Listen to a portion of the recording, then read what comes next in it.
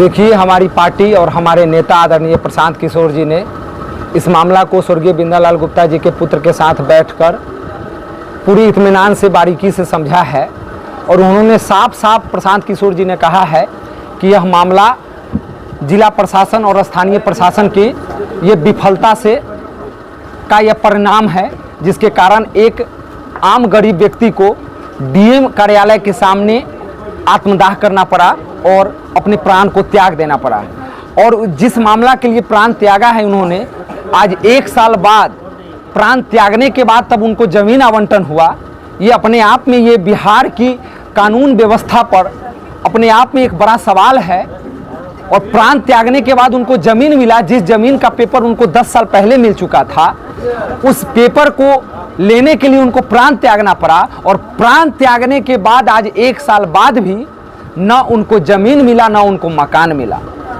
तो विषय ये नहीं है कि ये 4 डिसमिल जमीन उनको देना है, विषय ये है कि कैसे कोई आम गरीब को इंसाफ मिलेगा और कैसे इस डबल इंजन की सरकार में लोग कानून की बात करेंगे और कैसे इंसाफ की बात करेंगे।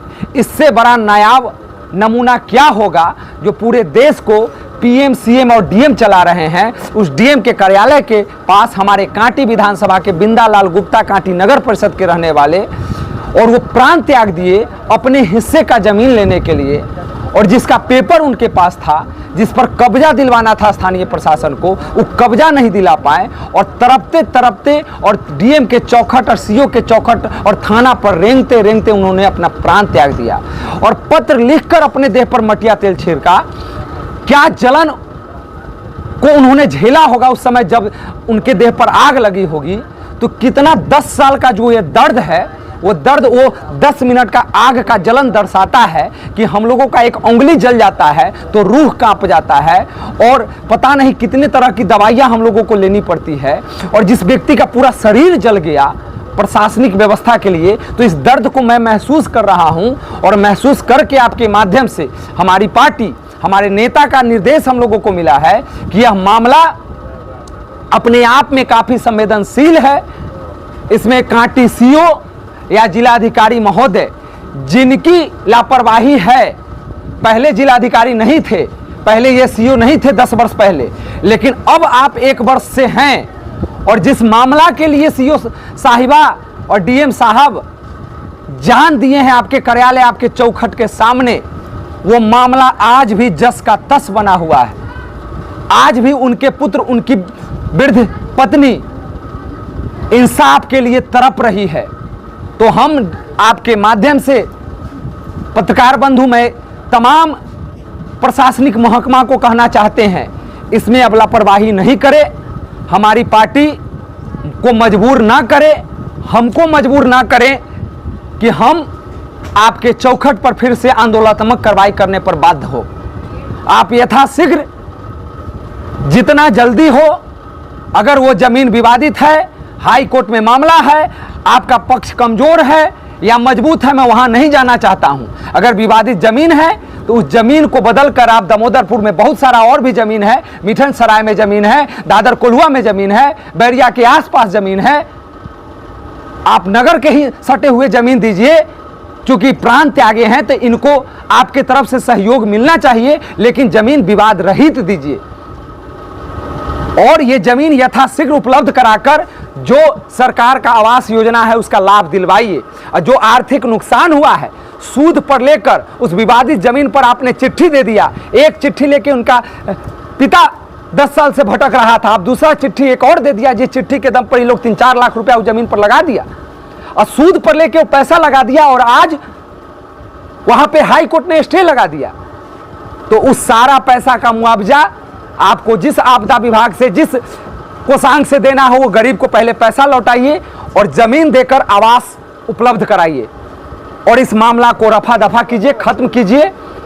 अब इससे बड़ा कुछ नहीं हो सकता है। मुजफ्फरपुर का यह मामला पूरे बिहार का यह सेंसेशन मामला बन गया था।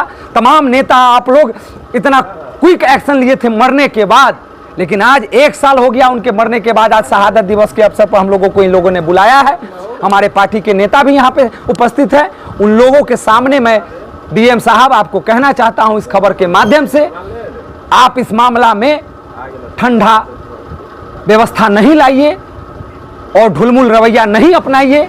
इस मामला को तुरंत खत्म कीजिए। जो जमीन उपलब्ध हो सकता है इनको उपलब्ध कराइए, नहीं तो मजबूरन हम लोग आंदोलनात्मक कार्रवाई करने को लिए बाध्य होंगे। इस तरह की कोई भी अगर व्यवस्था होती है तो उसका आपका स्थानीय अंचल प्रशासन और आपका जिला प्रशासन इसका जिम्मेदार होगा। देखिए, सबसे पहले तो हम इस शहादत दिवस पे हम ये कहना चाहेंगे कि हमारी पार्टी जन सुराज कांटी इकाई की तरफ से हमारे सभी कार्यकर्ता आज इस दुख की घड़ी में बिंदालाल परिवार के साथ है। और आज हम ये संकल्प लेते हैं कि जब तक इस परिवार को इंसाफ नहीं मिलेगा, न्याय नहीं मिलेगा, तब तक हमारी पूरी टीम दिन रात एक करके हमारी संकल्प, हमारी सोच, हमारी एकता और अखंडता इनके साथ लगी रहेगी। और उस प्रशासन के तमाचा पर ऐसा जोरदार तमाचा, उस प्रशासन के मुंह पर ऐसा जोरदार तमाचा मारेगी जिसको याद रखेगा। आज हमारे बीच बिंदालाल गुप्ता नहीं है, लेकिन हम अपनी पार्टी के माध्यम से ये कह देना चाहते हैं कि बिंदालाल गुप्ता को अति शीघ्र न्याय दिलाने की कृपा करें। हम निवेदन करते हैं अंचल अधिकारी महोदय से, हम निवेदन करते हैं जिलाधिकारी महोदय से कि फिर दोबारा कोई बिंदालाल गुप्ता पैदा होने नहीं दीजिए। फिर वैसे व्यक्ति को मत भटकाइए जो 10 साल तक आपके दफ्तर का चक्कर काट के अंतिम में अपने प्राण की आहुति दे दे। बिंदालाल आज हमारे बीच नहीं है। बिंदालाल के पुत्र को मजबूर नहीं कीजिए कि वही स्थिति पैदा हो जाए। अगर इंसाफ यथाशीघ्र नहीं मिला तो आने वाले समय में बिंदालाल के परिवार के समेत सभी लोग उस स्थिति को पैदा कर देंगे जो स्थिति बिंदालाल गुप्ता आज हमारे बीच छोड़ के चले गए हैं। हम इस आग्रह और निवेदन करेंगे फिर से कि इस लड़ाई को कमज़ोर नहीं समझें। हमारी जन सुराज पार्टी आज यह संकल्प लेती है कि हर हाल में जब तक बिंदालाल गुप्ता के परिवार को न्याय नहीं मिलेगा तब तक हम उनके साथ रहेंगे।